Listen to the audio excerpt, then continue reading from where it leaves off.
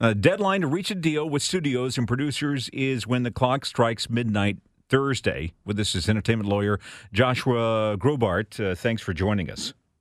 My pleasure. So, how Good. big of a deal this is going to be? Now, we have mentioned the fact that if the actors do go out on strike, it will be the first time that actors and writers have been out together since 1960. Does that put a lot of pressure on the studios, or do the studios just really don't care that much this time? Well, I think they do care. I don't think it has no effect. In fact, I think it has a fairly strong effect. But the world is different than it was in 1960, and many productions are cross-border, involve many parties. It's possible, and I should also add that there's a storehouse of existing programming that, while it's been streaming, hasn't been on broadcast television today. So there is a greater treasury to pull from to fill airtime rather than just doing reruns, as would have been the case, for example, in 1960. And there is the possibility of, in some ways, going around this by using foreign creatives instead of American creatives, at least perhaps on a temporary basis.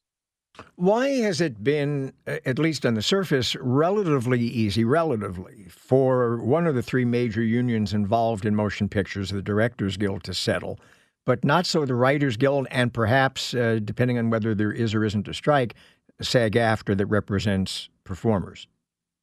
Their demands are, to the extent we know them, of course, these negotiations are confidential, but somewhat different. The Writers Guild and SAG-AFTRA are very, very concerned about artificial intelligence and generative AI that would be used potentially to replace them to a greater or lesser extent. In other words, you can say, gee, I've seen every episode of, to pick one at random, Law and Order, which there are hundreds of episodes. You could feed that into an AI machine and have it generate scripts potentially. And now you had, it'll probably need to be punched up by a human writer, but maybe only one or two instead of the writer's room of, say, 8. So there's a lot of concern about that. And the same, of course, with actors who, not least for voice work, but also for physical work, these things can now be simulated. And there's a deep concern that very quickly they may find themselves sidelined. All of them, including the directors, had concerns about pay and benefits. But the directors don't seem to have the most immediate threat of being replaced partly or wholly by AI. And so I suspect that they were not pushing as hard on those issues because it's presumably, at least for the time being, harder to replace directors with a machine than it might be to replace supernumerary writers or some number of performers. All right, there's three possibilities here by the time we hit the deadline. The union and the producers announced they're going to extend again, like they did a couple weeks ago, or the actors go out on strike, or they announce they've made a last-minute deal and a new deal is in place. Let's assume that we're not going to see another extension. And if the actors go on strike, will that provide more pressure to producers with actors and writers being out together to come to the table? Or conversely, if the actors make a deal, do the writers feel like they've been left twisting in the wind?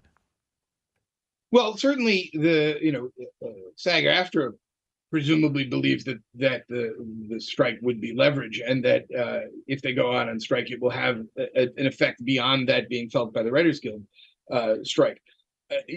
It is the case that the writers are no longer working, but there's a lot of existing scripts and whatnot out there that you can still film them, and people are still filming. If the actors go out as well, then it's a lot harder to film. Although, as we've discussed previously, outside the country, you might be able to continue it in some form, but it'll be a lot harder. It is a concern, I'm sure, at the Writers Guild that if they do, in fact, if SAG-AFTRA and the producers do come to a deal, that it does leave the WGA out there alone. But I think they're the ones with the strongest immediate concerns about AI, and I don't think they're moving anytime soon. And at least on paper, almost all the unions, SAG-AFTRA, YATSE, have all voiced their support for the WGA. How much effect that support has if they're not also out on strike is a little unclear. I'm sure if I were at the WGA, I'd be hoping for an active strike. You're pretty savvy about all these things. What's your guess on strike or not with SAG-AFTRA? Uh, my suspicion is that you guys may know a great deal more about it than I am. I'm not inside SAG-AFTRA, so I'm not. I don't want to speculate. I think there are reasons why they might want to make a deal, but their incentives are very strongly aligned with the WGA on this. And if it's the AI concern, which is I think the biggest concern, or perhaps the most intransigent concern, is as I think almost as strong for the actors as it is for the writers. So they have a good, strong motivation. Whether the producers will cave on this, I can't tell you. All right, entertainment lawyer Joshua Graubart, thanks for joining us today.